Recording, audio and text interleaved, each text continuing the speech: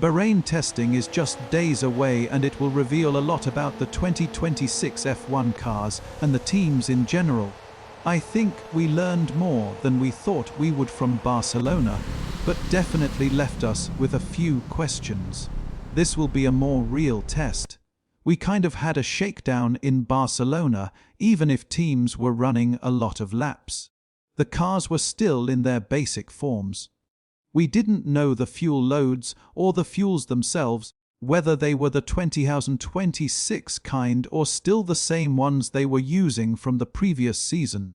And we really didn't have any official tracking of anything, laps, live timing. Maybe seeing the way that the cars are being set up differently and whether they're going for race runs or quality runs. It was all pretty unofficial. It was cool that it was covered, but Bahrain's going to cover a lot of that. Let's talk about it, what it will really reveal for the new teams. And if you are new to the channel, make sure you subscribe. Go check out the website as well. I want to thank you all for being amazing truly, and the support has been amazing. So, thank you again. Let's get started with this video. Obviously, one of the biggest topics discussed for this test is whether we will get the full sessions, being able to actually watch them or not. And it's been confirmed by Sky Sports, and Formula One confirmed a pretty decent amount ago that we will only get 1 hour of running the final hour of the day. Which also means, for example, if no car goes on track, we won't actually see anything. Now, throughout the day, we're going to get a lot of pictures, be able to update somewhat what's happening. Maybe there will be live timing as well during that time. It's still pretty up in the air. There were even discussions at some point about the first day not even being broadcasted at all. But there will be media there, and there will be at least a final hour for all these days of testing. I still don't think it's the greatest look considering Barcelona was okay. Not that many breakdowns, but that was mainly because of the fuels. I think we're going to see a lot more breakdowns here, and teams are going to be a little bit more scared. But with that, we're going to see these cars go much quicker.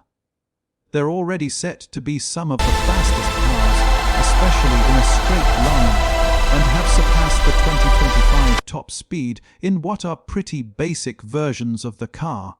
And who knows what engine mode they were running. For example, during the shakedown test in Barcelona, Ocon behind the wheel of the Haas VF26, equipped it obviously with that Ferrari engine, reached 355 on the main straight. And to compare that to the best qualifying lap in 2025, it had never exceeded 327 km/h, which just shows the speed of these cars. Yes, they do lose it a bit in the corners, but down that straight line, it's a big boost for these cars. And that will take some adjustment, especially getting out of the corner, stepping on the throttle, probably a lot more loose going out of that corner. So, the drivers that can control that, it's going to be key. This will also help with the braking zones being much larger. I think it's a good thing in general.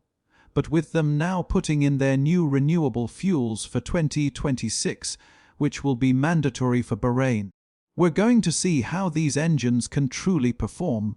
Yes, they're going to be quick, but I think way less reliable. That's a big component of this.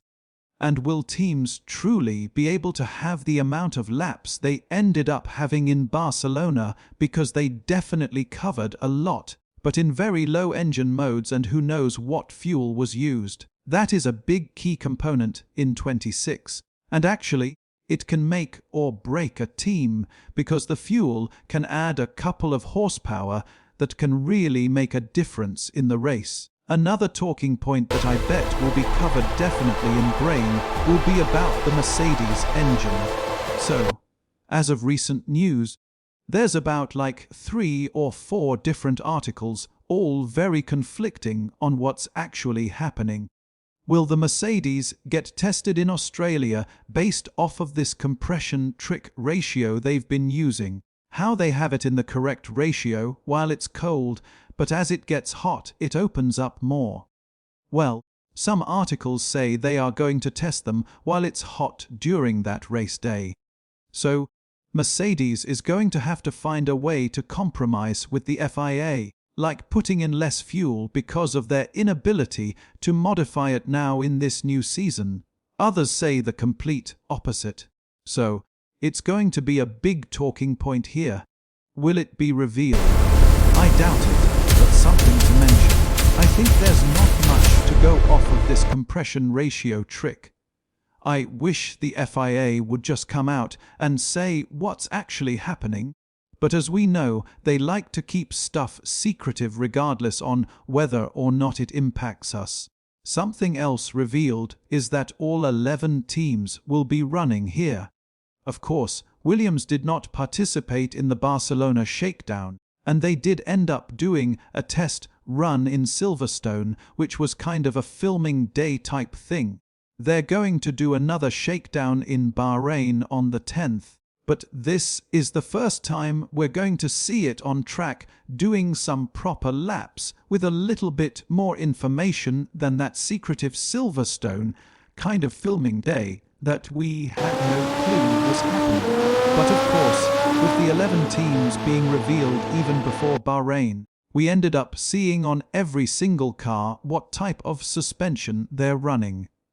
And this will reveal a bit in the new test. So 8 teams are running pushrod: McLaren, Mercedes, Red Bull, Ferrari, Racing Bulls, Azeron, Haas, and Audi. And 3 teams are running pull rod. Now 3 teams that I don't think are front runners anyways, but interesting to see a bit of a change. Williams, Alpine, and Cadillac. The philosophy that the team ended up choosing in the front and the rear will play an extremely important part during the season, because you can't change this component just all of a sudden mid-season.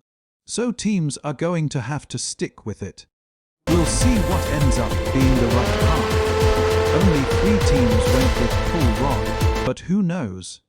Maybe they went right and the other 8 teams didn't. It's not going to make or break a season. But definitely as these cars develop more, there will be some system that works better than the other. With that being said, we're going to see way less basic cars here in Bahrain, some upgrades on these cars, which will be crucial. We've already even seen Mercedes add a couple additional components in their presentation they had on the seconds. They added this little cooling gill on the engine cover, very similar to that of Aston Martin. Does look like there's a little bit of work done around the side pod, but that's only because we've seen very little views of this. But a component that actually Alpine ended up introducing during the Barcelona test, that's already a very up-to-date car, I would say. Mercedes has added this little straight under the front wing and modified a bit of that end plate, promoting some more outwash in that curvature, and the way that that first flap is as well. Mercedes has already done a couple of things. Now Ferrari is expected to bring out a different car. I do think they've still shown off some bits and pieces that are interesting in the car, but as Dave said it's basic, and they have a lot to develop upon, which I think is good.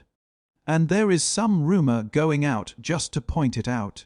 Supposedly Ferrari is not having any troubles when it comes to correlation from track to wind tunnel, and Aston is among those teams, but other teams are complaining about it. So this Bahrain test will be crucial on correlation for teams. We are going to get a better idea of the pecking order, mainly because we had no idea with the fuel loads yet. Again, the race runs, we had no clue of that as well. Yeah, some engines felt more reliable than others, but there wasn't true pace. There will be definitely some more quality runs here, and we should be closer to the 2025 times, which will give us a better idea, especially in Test 2. But after this test, we can definitely make some predictions. The Barcelona shakedown pretty much told us nothing when it came to the pecking order. Maybe some cars are more reliable than others, but I really wouldn't read pretty much anything inside. Just because Ferrari had the fastest time, that means nothing. Going along with that pecking order, reliability is going to be a key factor here in Bahrain. I feel like we're going to see much more barbecues, as people call them, because now with new fuel and ramping up that engine, we're definitely going to see some reliability issues that need to get solved. But that's exactly what testing is for. Another big talking point that we might see some stuff for is overtaking.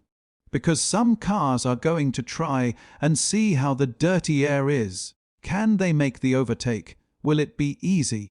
Allgun's kind of gone on record already and said it wasn't that easy to make that overtake happen with push to pass. But keep in mind these engines are very, very low in their power right now. And I think we really haven't seen the true extent of them yet. Maybe we'll see a little bit more here. And supposedly there's a lot of dirty air as of right now. I'm wondering how much that's true. We'll have to see. Of course, as a driver, he knows better than we all do. But this test will give us a little bit of a better idea.